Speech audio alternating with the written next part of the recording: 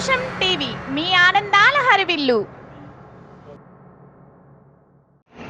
Vizianagaram MIMS hospital ఉద్యోగస్తులు 54 రోజులుగా ధర్నా చేస్తున్న ఈ న్యాయమైన పోరాటాన్ని యాజమాన్యం పట్టించుకోకుండా ఉద్యోగులకు ఇవ్వాల్సిన 7 టీఏలు 2019 సంవత్సరం జరిగిన వేతన ఒప్పందాన్ని కూడా అమలు చేయకుండా మహిళా ఉద్యోగులను వేధిస్తున్నారు.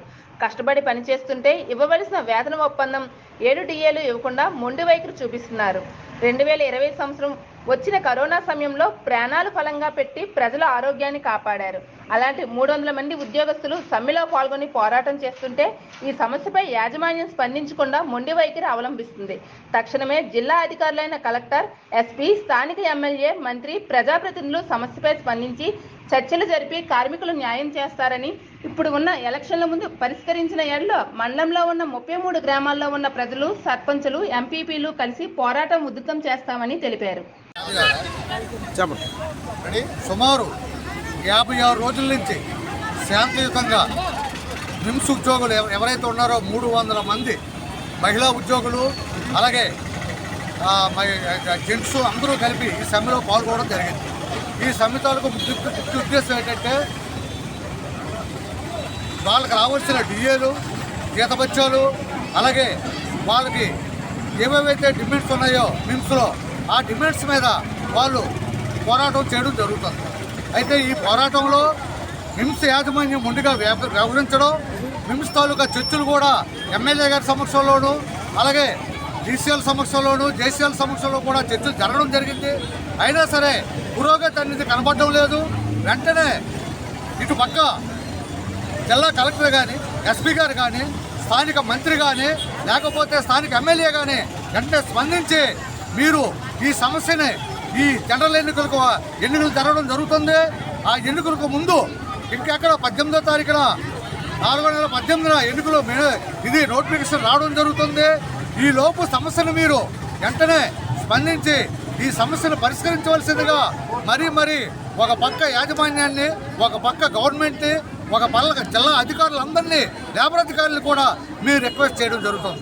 అలా కానీ ఎడల ఇక్కడ ఏదైతే నెలమర్ల మండలం 33 గ్రామాలు ఉన్నాయి, నెలమర్ల మండలం 33 గ్రామాల నుంచి కూడా ప్రతి గ్రామం నుంచి కూడా ఈ మిమ్స్లో ఉద్యోగం చేయడం జరుగుతుంది. వాళ్ళందరూ కూడా తీవ్రంగా ఇబ్బంది పడతారు, తీవ్ర వ్యతిరేకత కూడా వస్తుంది. వెంటనే ప్రజాప్రతినిధులందరూ కలుగు చేసుకొని ఈ సమస్యను పరిష్కారం చేయకపోతే ఈ పోరాటాన్ని ప్రతి గ్రామాలంతా మీటింగులు పెట్టి ప్రతి ప్రెసిడెంట్, ఎంపీటీసీ, ప్రతి ఒక్క నాయకుడు కూడా వచ్చి ఈ పోరాటాలను ఇంకా ఉధృతం చేస్తామని ఈ సభాముఖంగా తెలియపోస్తూ ఈ సమస్యను పరిష్కారం చేయకపోతే తీవ్ర పరిణామాలు ఎదుర్కోవాల్సి వస్తుందని చెప్పి మరి విజ్ఞప్తి చేస్తున్నాను. గత 56 రోజులుగా మిమ్స్ ఉద్యోగులు పోరాటం చేస్తూ ఉన్నారు. వీళ్ళ పోరాటం చాలా న్యాయమైంది. ఈరోజు మిమ్స్ యాజమాన్యం గత 7 డిఏల్ని ఇవ్వకుండా ఎగ్గొట్టింది.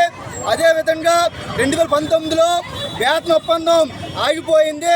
ఆ వేతన ఒప్పందాన్ని అమలు చేయాలని చెప్పేసి ఈరోజు అడుగుతూ ఉంటే, దీంతో పాటు మహిళా ఉద్యోగుల్ని వేధిస్తూ ఉన్నారు, సస్పెండ్ చేస్తూ ఉన్నారు. సస్పెండ్లు ఆపాలని చెప్పేసి ఈరోజు ఆందోళన చేస్తుంటే మిమ్స్ యాజమాన్యం మొండిగా వ్యవహరిస్తుంది.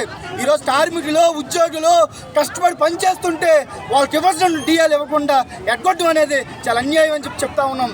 2020లో దేశవ్యాప్తంగా, ప్రపంచవ్యాప్తంగా కరోనా వస్తే ఆ కరోనాని కూడా లెక్క చేయకుండా ప్రజల ఆరోగ్యాన్ని కాపాడడంలో ఈ మిమ్స్ ఉద్యోగులు అందరూ ప్రాణం తెగించి ఈరోజు కాపాడుతూ ఉంటే అటువంటి ఉద్యోగులు డిఏ ఇవ్వమంటే ఈరోజు యాజమాన్యం ముందుగా వ్యవహరిస్తుంది. ఇది సరికాదని చెప్పేసి ఈరోజు చట్టం ప్రకారం ప్రతి 6 నెలలకి డిఏ ఇవ్వాలి. ఆ డిఏ ఇవ్వకుండా ఈరోజు ఎగ్గొట్టడం అనేది సరికాదని చెప్పేసి ఈరోజు యాజమాన్యం చెప్తా ఉన్నాం. దీంతో పాటు 56 రోజులుగా ఈరోజు పోరాడుతూ ఉంటే చర్చిస్తాం, మాట్లాడుతాం అని చెప్పేసి ఈరోజు పోలీసుల్ని మోసగిస్తూ ఉన్నారు, లేబర్ అధికారులని మోసగిస్తూ ఉన్నారు, రాజకీయ నాయకుల్ని మోసగిస్తున్నారు.